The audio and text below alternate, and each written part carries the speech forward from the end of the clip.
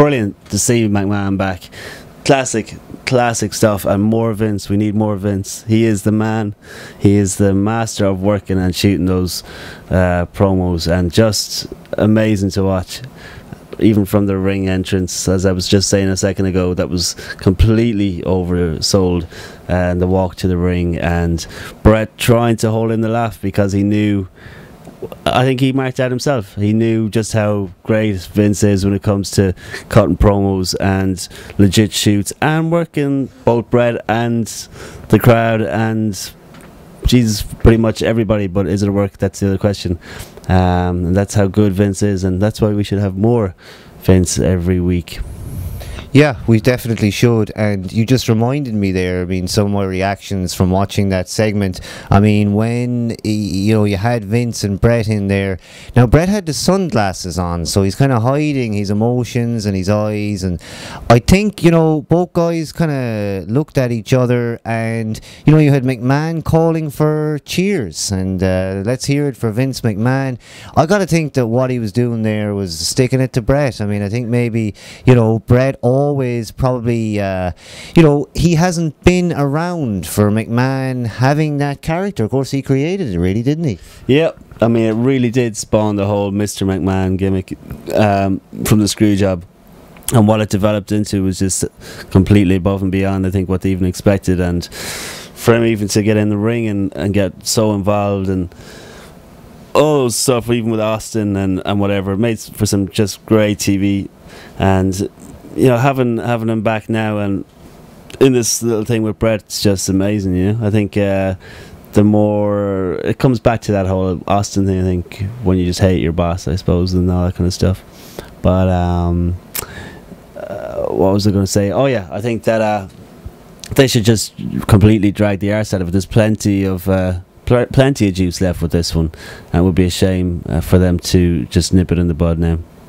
It would be. And, you know, coming off WrestleMania, why did they say, well, maybe we're going to be getting rid of McMahon? I mean, perhaps he was just off for a little brief, you know, trip away, or, you know, he just needed to do other things. But, I mean, coming off the WrestleMania angle, you'd usually maybe expect to see some form of retread of that, even if he was just in someone's corner. I mean, he can always get probably a guy over if he was in that manager role full time. I mean, how good would that be?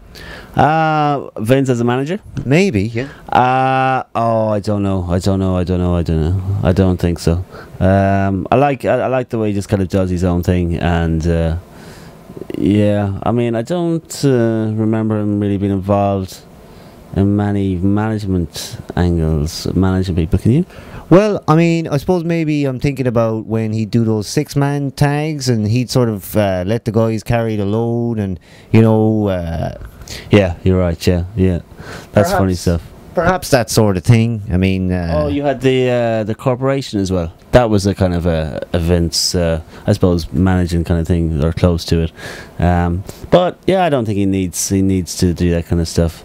I just think I like him as just real heel, and constantly like that cheering stuff was very funny when he.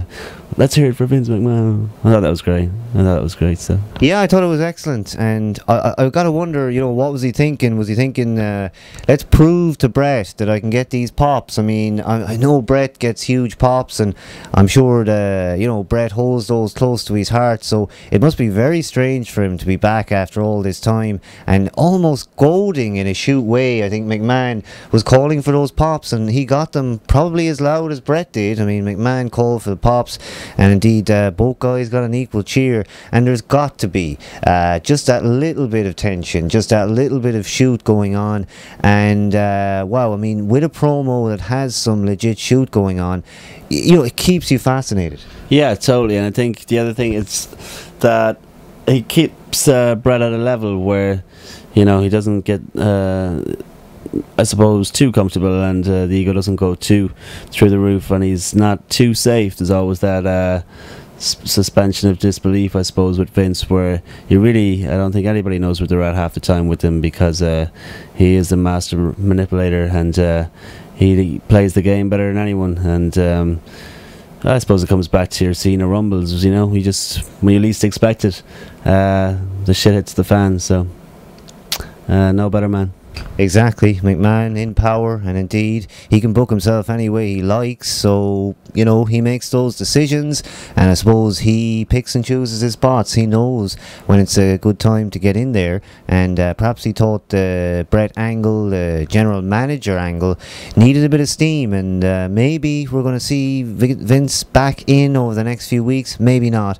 I mean, I know he tends to, go on 1 week and then we might not see him for a while, but I'm really thankful, and I think it's going to be a huge loss when Vince is no longer on TV. I mean, what are we going to do without that character? I mean, I just don't think anyone can fill his shoes. Yeah, I mean, you have to. We've talked about this a couple of times. You do worry about the future of the business, especially if Triple H is involved with that kind of situation.